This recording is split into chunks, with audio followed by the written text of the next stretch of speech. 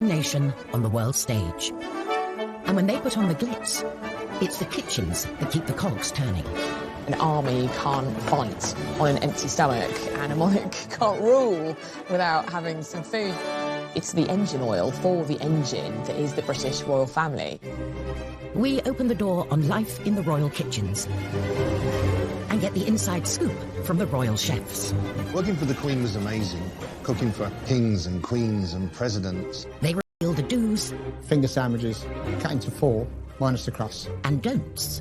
You try and serve strawberries to the Queen in January and it's off to the Tower. You're really in trouble. Of serving Her Majesty, whose private dining habits are not as extravagant as you may think. She eats her dinner off a tray, looking at the television. She likes it. We discover the lengths our royals go to in the name of diplomacy. It's very phallic. They didn't have to put the whole thing in their mouth, which would have been pretty gross. And delve into the shocking history of royal health and safety. It's a wonder, really, that the whole place didn't go down with cholera and typhoid. And reveal how Harry's kitchen curiosity could have scarred him for life. If I'd not been like Usain Bolt racing across the floor, he would have yanked that pan down. This boiling water would have gone all over him. These are the secrets of the royal kitchens.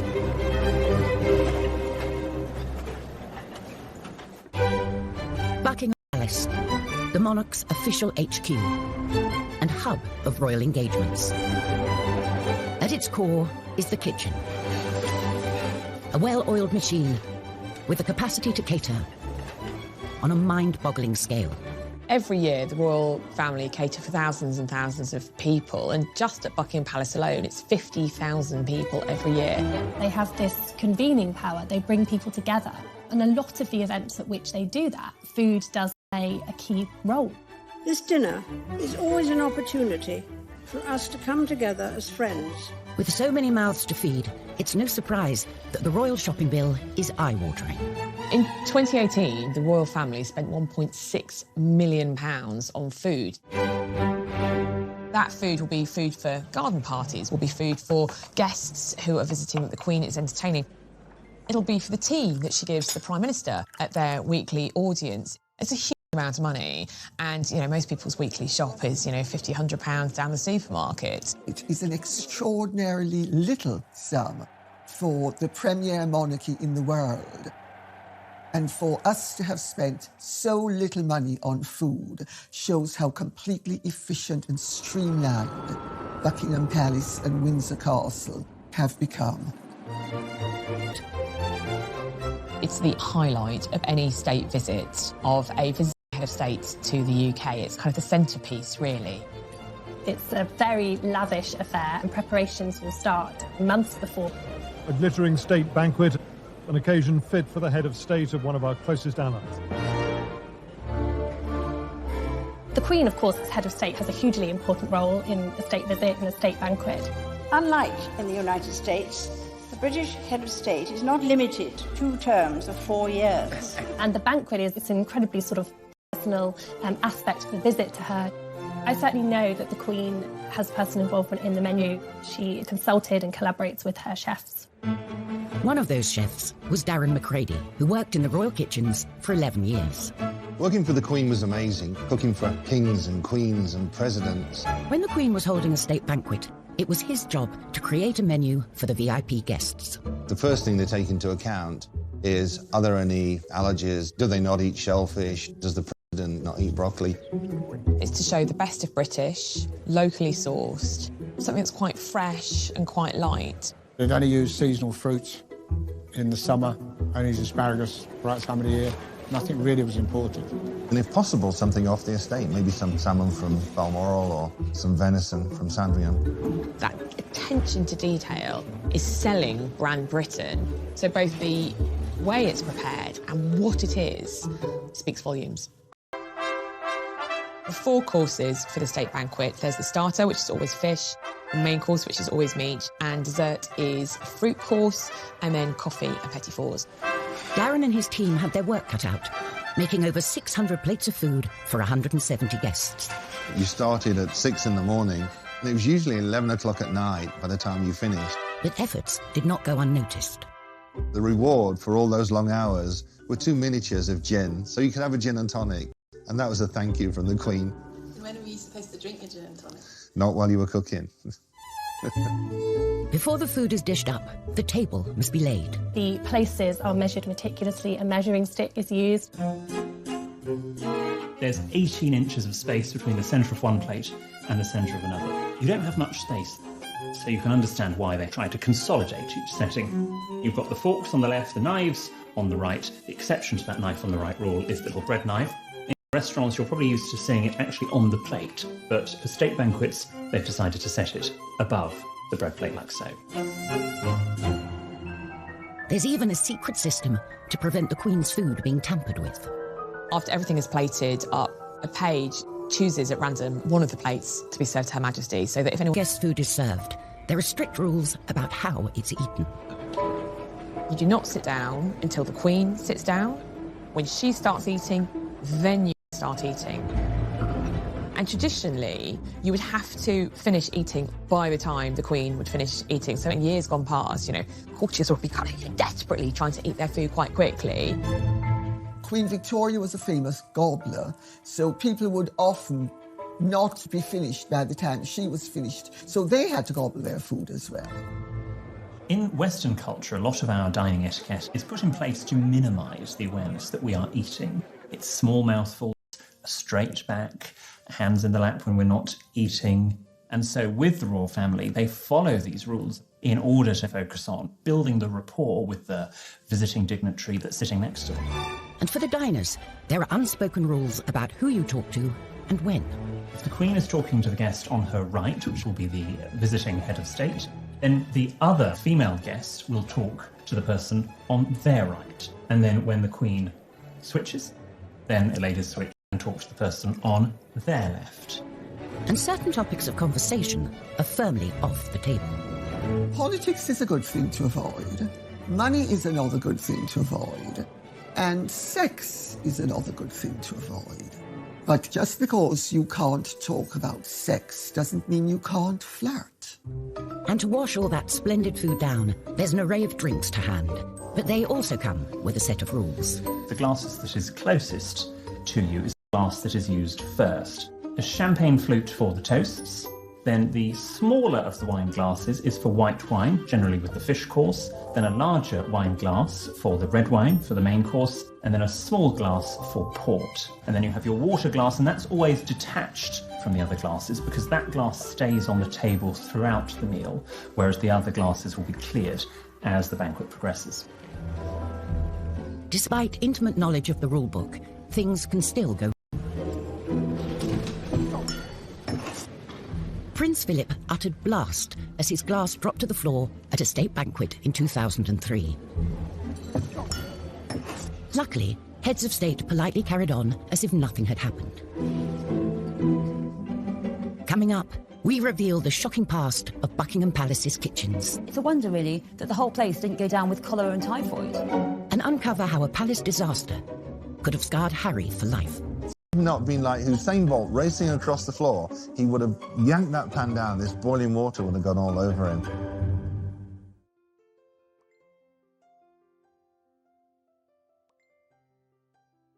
Kitchens are a buzz of chefs preparing food and drink for the royals throughout the day. It's 7:30 a.m., the kitchen's first task of the day, the royal cuppa. She only drinks Earl Grey, no milk, no sugar. The Queen doesn't make her own tea. She has a special coffee room. They make all the teas and coffees. But she would actually pour her own tea when she was eating breakfast on her own. All food created in the royal kitchens is overseen by the Queen. The Queen has a royal menu book that's completed by the chef, and the chef does 3 days menus, and that gives us enough time to get all the produce in and prepare it. And when the menu book goes up to the Queen, she puts a line through the dishes that she doesn't want. She has a HP pencil, and she'd tick one or add something that she would prefer. If she's out for dinner, she puts a line through the page, and if she's got guests coming, she'll put 2 or 3, so we know that she's entertaining. The Queen has particular tastes that a chef ignores at his peril. She knows what she likes, nothing too spicy, because she meets that many people. The last thing she wants, I can smell garlic in my breath, or last night's curry. The Queen doesn't eat garlic, and the Queen doesn't serve garlic. because the Queen is concerned that garlic clings to the being and you can smell it on the breath. If food is offered out of season, heads will roll. You try and serve strawberries to the Queen in January and it's off to the tower, you're really in trouble. 9 a.m. and it's time for breakfast. Typical breakfast for the Queen would be in her own sitting room. She'd have some hot tea and then a bowl of cereals from a plastic Tupperware container. It might have been served on a silver tray in, lovely porcelain, but it was still kept in Tupperware containers, just like in anyone else's kitchen back at home. Prince Charles has a very particular breakfast routine as well. Whenever the Prince of Wales came to stay with the Queen, he always arrived with a hamper of his own produce. And in the kitchen, we'd have jars of bottled plums from the Highgrove Garden. The instructions were to put 2 plums and a little juice into the bowl and send it in to him for breakfast.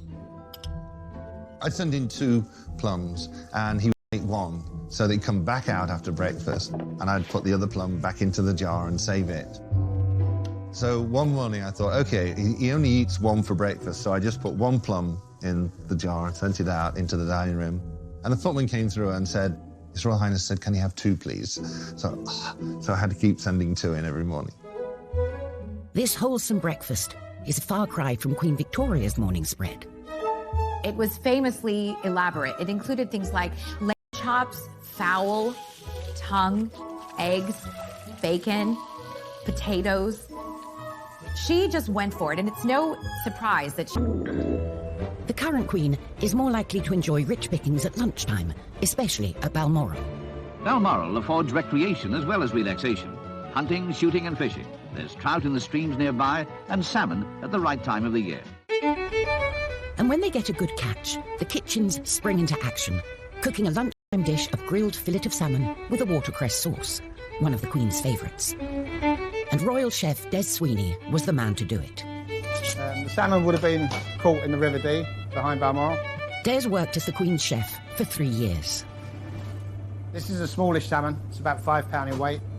It's a bit of a go-to safe dish, one that the family enjoy, one that she likes to present to guests. The Queen's guests would fish for salmon. Staff were allowed to fish. If they caught one, they would offer it to the Queen, who would politely decline. So I've got a fillet off. These are pin bones. They're very, very small. And if you're doing a large amount of salmon for like a state banquet, it's a very tedious job. A few years ago, when the Queen Mother was alive, unfortunately she got a fish bone stuck in her throat. Traditionally, you swallow bread, and bread will take it down. But this day, it didn't work, so they had to get her to the hospital quite quickly, apparently. It wasn't me. So here I've just taken the skin off the back of the salmon, and then we just portion it up. The Queen famously hates waste. From the tail ends, we make fish cakes that go down to staff, or that would go to breakfast dish. The Queen eats very sensibly, really. Meals at a regular time. She doesn't have big meals, doesn't have late meals, and it's really good for your metabolism to live like that. So it's been filleted, lightly oiled, and I'm just going to grill it very simply. We make a few portions, normally 1 spare, just in case the worst happens, we drop one, or the tray gets spilled, or something like that. The Queen is particular about sauces, so Des has to ensure it's totally lump-free. Generally the sauce has to be sort of processed so it's very fine. Quite often it'll be strained. So for plating up, I'm going to use some Norfolk Samphire, just on the bottom, just gives it a little texture. So there you have a grilled fillet of Balmoral salmon, watercress sauce, a light lunch fit for a Queen. So with the Queen's lunch sorted, it's time to feed the corgis. And it's anything but a dog's dinner. They had their own menu. One day lamb, one day chicken, one day beef. And we'd have to make sure that all of the meats we cut into very, very fine dice, a brunoise, so that there were no bones in there, because we couldn't have the royal corgis choking. It's 4 o'clock, and we can reveal the Queen's favourite form of refreshment. The absolute sacrosanct part of the Queen's day, she loves afternoon tea. Can I just have a little milk? Actually, I think it's very instructive that when Meghan, Duchess of Sussex, first met the Queen, it was at afternoon tea at Royal Connection. Catherine of Braganza, wife of King Charles II, brought tea to England from her native Portugal. She drank it daily, and fashionable upper-class ladies flocked to copy her habit. Nowadays, tea drinking, often accompanied by some delicious titbits, remains a traditional afternoon treat for the royals. Finger sandwiches So that'd be cucumber, smoked salmon, cream cheese, into 4, minus the crust. And then you turn them on the edge and you cut the edge off. So they look like little 50p pieces. And that was how they're presented. Scones every day and some sort of small cake. The Queen does have a sweet tooth. Anything with chocolate in. She particularly likes a chocolate biscuit cake, which is made with McVitie's biscuits. And quite a sweet nod in time spent with his granny. Prince William, actually, for his second wedding cake, chose a chocolate biscuit cake to be served alongside the official kind of fruit cake that he had when he got married to Kate, because he remembered this chocolate biscuit cake from having tea with his granny. Even when it comes to sweet treats, the corgis are not left out. She'll often take one of the scones and just crumble it onto the carpet so that a royal corgis can enjoy afternoon tea with her. Another royal who's reported to enjoy an afternoon titbit is Prince Charles, although he is said to have rather precise requests. There's a great story about how he likes his eggs at 4 minutes exactly. So the kitchen staff frequently has several pots of eggs boiling so that when he does come in after a day's hunt, there's one egg that's been boiled at precisely 4 minutes that he would like to eat. His head of communications has absolutely denied this story. Often when we hear stories about lavish demands from the royals, sometimes staff are anticipating what the royal might want. He might not even know that there were, 4 different pans of water on the boil with all these eggs being prepared just in case. 7 p.m. It's gin o'clock. When you are the head of state of 16 countries, you might feel the need for a stiff drink. A drink was gin and Dubonnet. On a big function, there would always be gin and Dubonnet on most of the trays, just in case. She'd have to put a hand up and say, "Can I get a drink, please?" When she's off duty, there is reportedly one element of the Queen's private dining that may feel familiar to many of us. She eats her dinner off a tray, looking at the television. She likes it. It's homely, it's cosy, it's comfortable. And to polish off dinner... Most days, there'd be a fruit bowl go up. Queen was a big fan of fresh fruit, especially stuff that was grown locally. And eating fruit has a particular method. Now, this is how the Queen would eat and cut off one end, then we cut off the other end, and then we turn the knife on its side and go into the skin like so, and then prising it open, and then cut a little bit off and eat like so. But there are times when the royals need to pop out for a treat that really hits the spot. It's the best thing I've eaten for a very long time. Can I course you on that? Absolutely. Fast foods were also tempting for the royal princess. William and Harry, they loved pizzas, burgers. They loved me to cook them burgers. I remember coming into work one morning and Nanny had asked for roasted chicken and she wanted lots of green vegetables served with it too. Well, I think William or Harry must have looked at the menu and thought, we don't want that. When I came in the evening, there was a note on my desk and it said, "Darren, please give the boys pizza for dinner tonight, signed Jess." I looked at it and thought, why is this in the writing of a 5-year-old? And then I realised who'd written it. They actually got the roasted chicken. I was scared of the nanny. The boys' love of food nearly got one of them into serious trouble. I was cooking spaghetti bolognese for them. I had a big pan of water on the stove.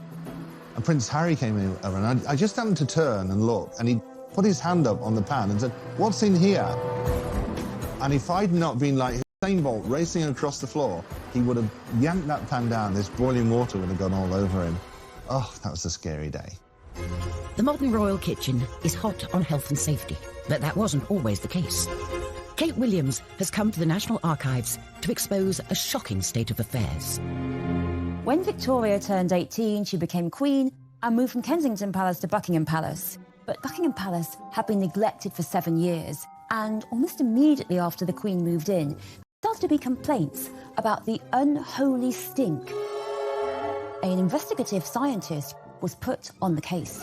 What I've got here is this amazing report that was made by Dr. Leon Playfair in 1845. He says that what he's been asked to do is look into the evil complained of and ascertaining the causes which vitiate the air in that building.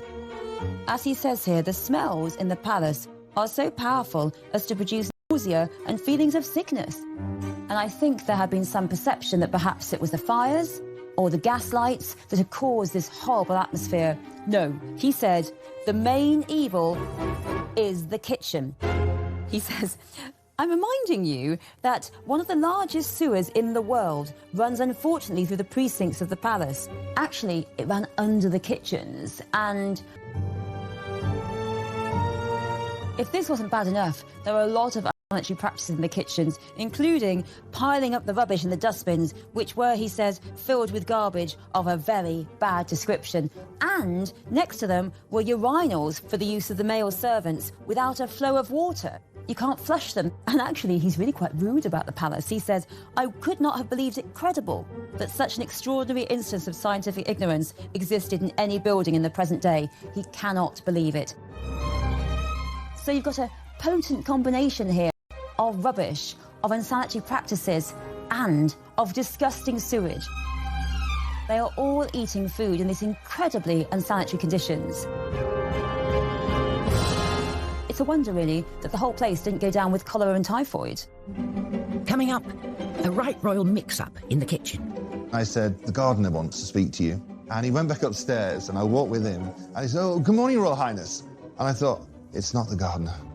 And Kate and William are faced with a rather phallic diplomatic dilemma. Try a bit, think of England, carry on. They didn't have to put the whole thing in their mouth, which would have been pretty gross.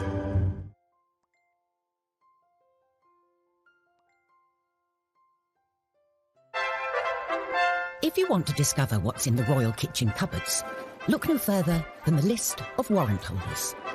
Royal warrants are essentially a mark of recognition to businesses that have supplied goods or services to either the Queen, the Duke of Edinburgh, or the Prince of Wales. More than 100 of them are food and drink businesses.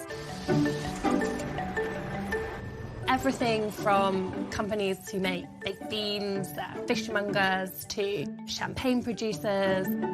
Kellogg's has a royal warrant, Schweppes has a royal warrant, Cadbury's. Fortnum & Mason has been filling the royal shopping trolley since the 18th century. They say that Fortnum & Mason is the royal grocer. It was a sweet stall that was a focus for the duchesses.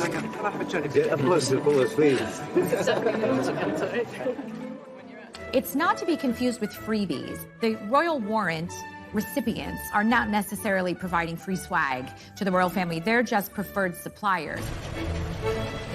And brands need to have supplied a royal household for 5 years. Then they can upgrade their packaging. When a business is granted a royal warrant, that allows them the opportunity to display a royal coat of arms on their packaging. Obviously, that's a huge accolade. But like all of us, royal tastes can change.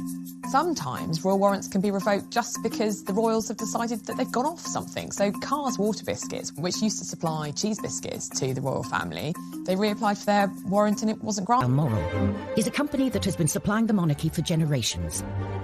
A whiskey distillery, first granted a warrant by Prince Albert in 1848. On a recent visit, Prince Charles got stuck in, checking the goods were still worthy of this honour.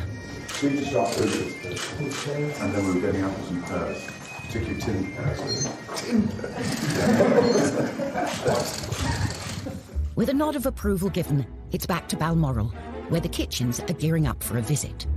Chef Darren McGrady accompanied the royals on several trips, and it's safe to say they don't pack lightly. All the equipment would go from Buckingham Palace. Knives, spoons, ladles, pots, pans, dishes, everything would go up to Balmoral Castle. It took lots and lots of planning. You had to make sure that all the food was ordered to go into Balmoral Castle, where we were going for 4, 6, 8 weeks. And although the kitchen staff and equipment are the same, the royals like to muck in. Prince Philip loves to cook 3, 4, 5 nights a week. They would actually go off and barbecue in the hills. That's when the royal family liked to sort of relax and let their hair down. Once the trappings and routine of royalty are quietly laid aside, the few precious unwinding weeks at Balmoral are a time, too, for a gathering of strength for the year ahead. The job of being royal is strenuous. Prince Philip was very interested in food, and he'd come down and help choose the ingredients for the barbecue. And the Queen used to put the salad together. Food is still chopped up in the kitchens, so all they have to do is mix it up. For us, it was good. It was more like a night off. Still served on nice china, it's still served on nice silver, but they serve it themselves. And then afterwards, the Queen would actually rinse and scrape the dishes. I mean, imagine that. However, some felt it wasn't fitting for the Queen to be getting her hands dirty. Once when Mrs. Thatcher was up at Balmoral, she noticed that the Queen was doing the washing up without gloves. So Mrs. Thatcher went and bought her some rubber gloves and sent them to her, which was rather sweet. The sort of present that she would love. It wasn't just gifts that arrived unexpectedly. I was in the kitchen, I was on my own in there. And this old man walked in. And he was wearing tatty old clothes, and he'd got this cardigan on with the arms all worn out. And he said, "Where's the chef?" And I said, "I'll just get him for you, sir." And I went down and found the head chef, and I said, "The gardener wants to speak to you." And he went back upstairs, and I walked with him. And he said, "Oh, good morning, Royal Highness." And I thought, it's not the gardener, it's Prince Philip. The kitchens also play a key part in royal travel. The royals all over the world. The Royal Yacht Britannia arrives at Monrovia in the African Republic of Liberia with Queen Elizabeth, who is winding up her tour of African nations. On board, the Queen hosted politicians and dignitaries. And for the chefs, logistics were at the top of the menu. The food had to be sent down to Portsmouth, where it could be loaded onto Britannia and put in the freezers. And by the time we flew out with all the fresh produce, we were there, we were planned, and we were ready to cook. But cooking on a ship has its own challenges. You're in a confined space, the kitchen's not very big, you don't know where anything is. There was a lot of people, a lot of dignitaries, a lot of VIPs, a lot of security. A lot of them would come through the galley. So you'd be cooking away, and next thing there's more people walking through. So it's like, is he working in the kitchen or is he VIP? I don't know what he is. For a royal chef, the show must go on, come hell or high water. We were sailing into a storm. I put chocolate souffle on the menu, and that was a big mistake. He'd gotten around to my course, I put the soufflés into the oven, and I went outside, and the storms were getting worse.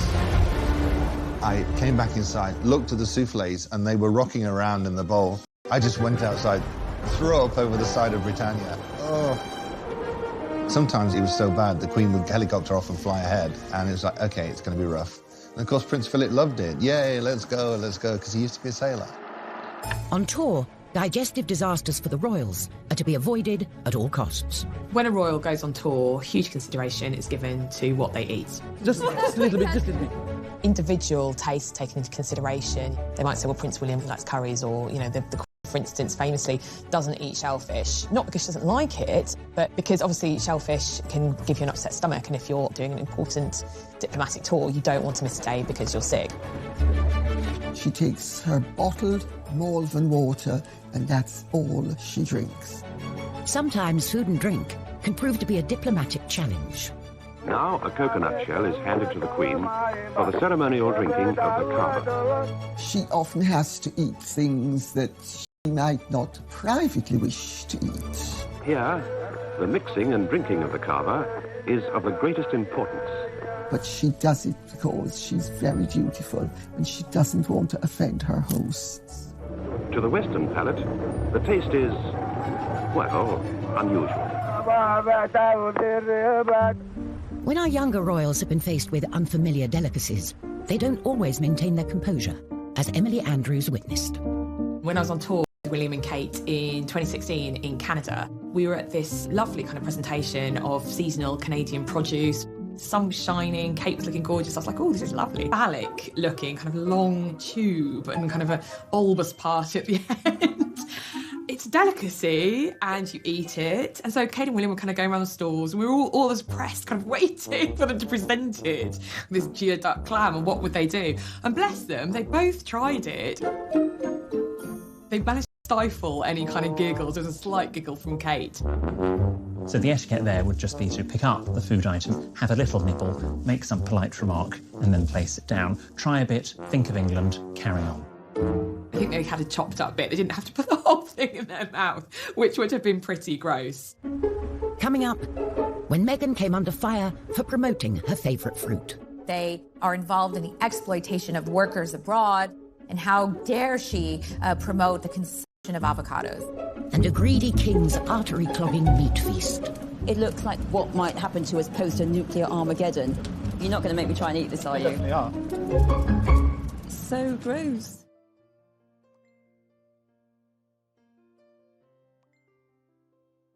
Whether it's hosting a state banquet or barbecuing in Balmoral, the royal requirements are the same. Produce must be locally sourced and sustainable. It's an attitude that now seems surprisingly modern.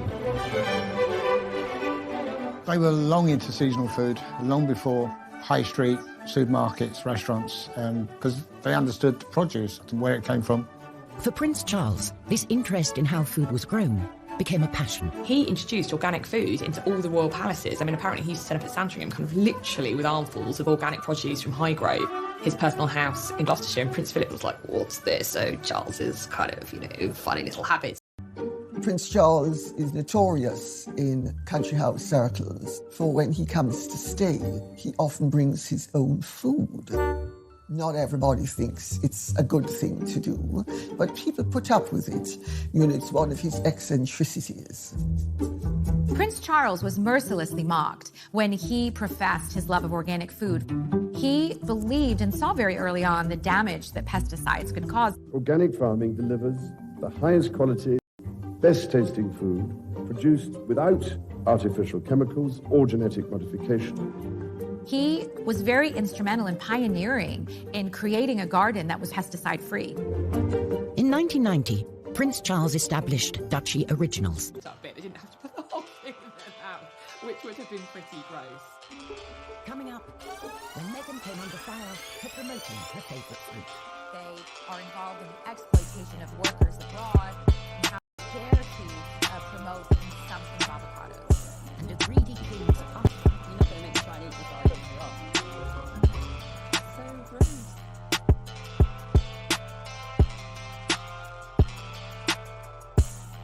Whether it's hosting a state banquet or barbecuing in Balmoral, the royal requirements are the same. Produce must be locally sourced and sustainable.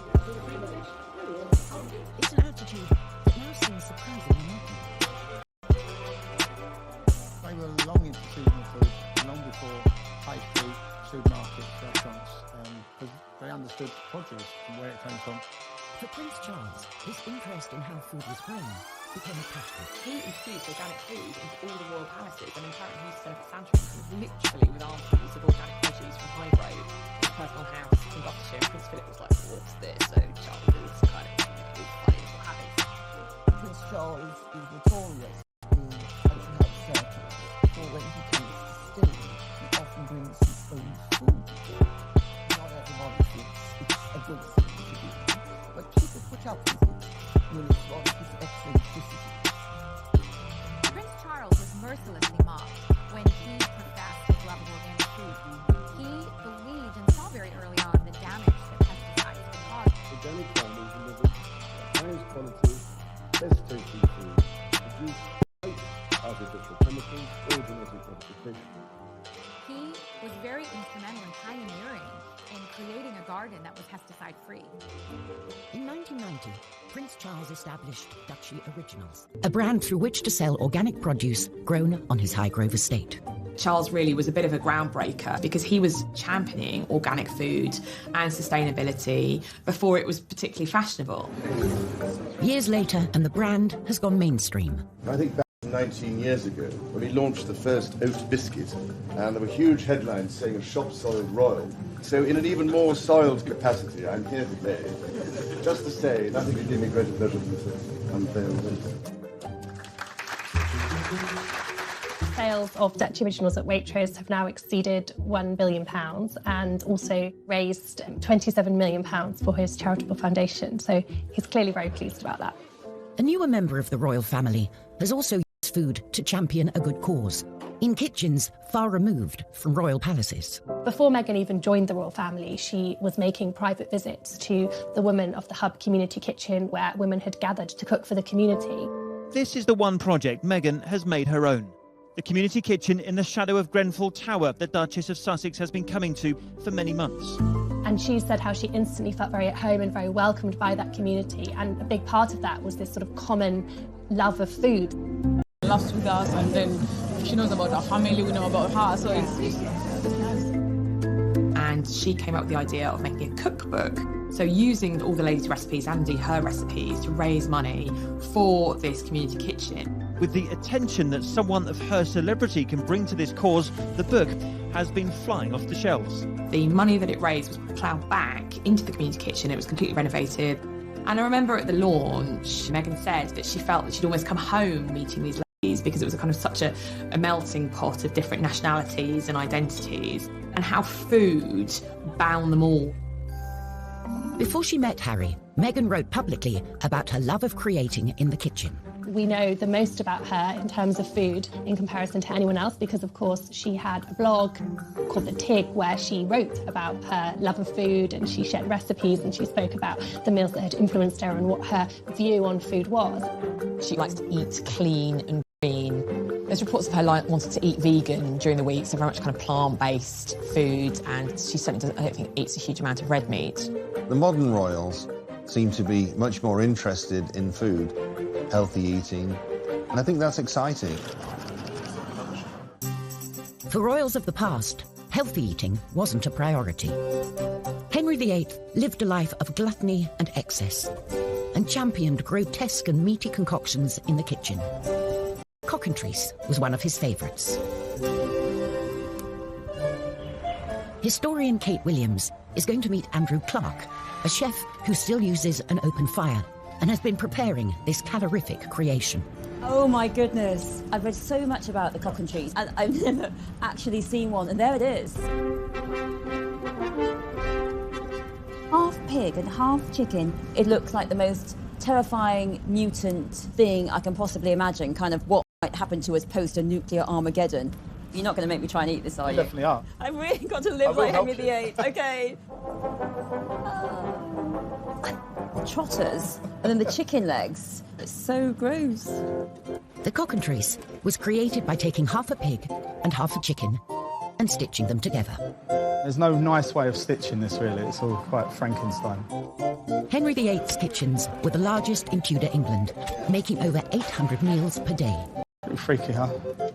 The cockentrice was roasted on an open fire and served up by the king to his waiting VIPs. If you're Henry VIII's chef, you're just giving him a big signifier of his power here. You're really showing off his brilliance because only he can afford the best people who can make this incredible, creative, time-consuming dish.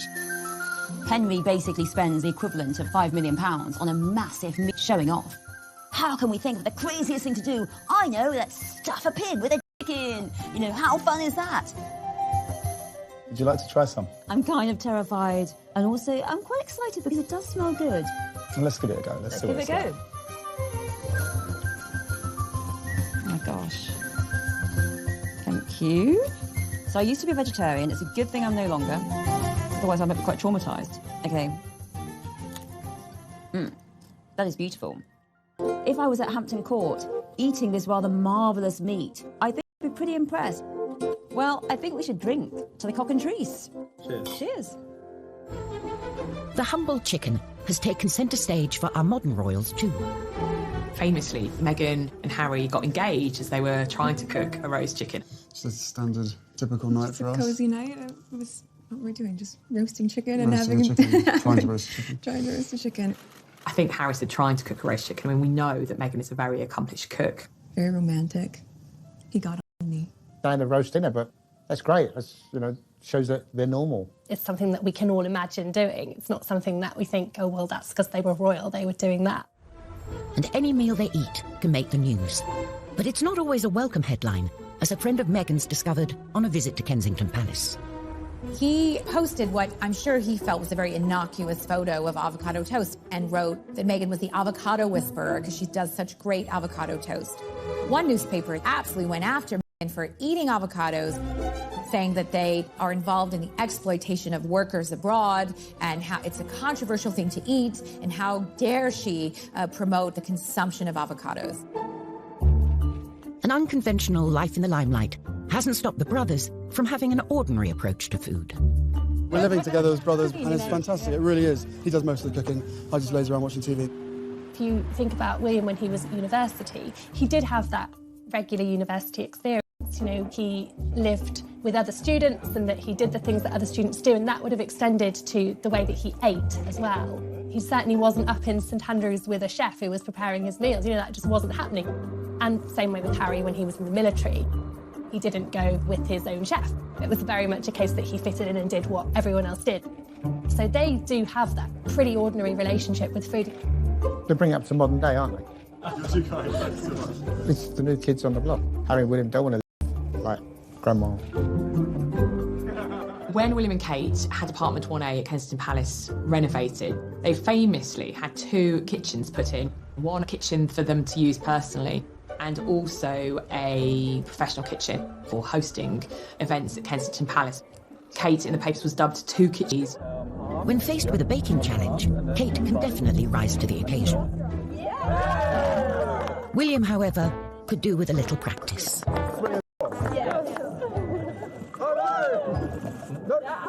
Like that. It sort of looks like a pretzel. Of course, when we think about the royals, and particularly the Queen, you know, they have loads of staff to do everything for them. But actually, Kate cooks a lot of their meals herself. And I think she likes to do that because, like most of us, that's the heart of her family life. Whatever the royal family eat and wherever they are, the eyes of the world are watching. They are very much on display, and every engagement that they do, they are watched very closely. We might have to come down here for lunch. Everything they eat and drink becomes the story. And even though the modern royals have a more hands-on approach to food, their chefs will always have a vital role to play. Kate will not be queen in a tiara going shopping around Waitrose. That's not going to happen. She wouldn't have time in any case. She's going to be too busy. But whoever is on the throne, the royal kitchens will always be at the heart of the monarchy. Food is very important when it comes to the way that we function as a country diplomatically. That's going to continue to be a key feature in the future. It's the engine oil for the engine that is the British royal family. An army can't fight on an empty stomach, and a monarch can't rule without having some food.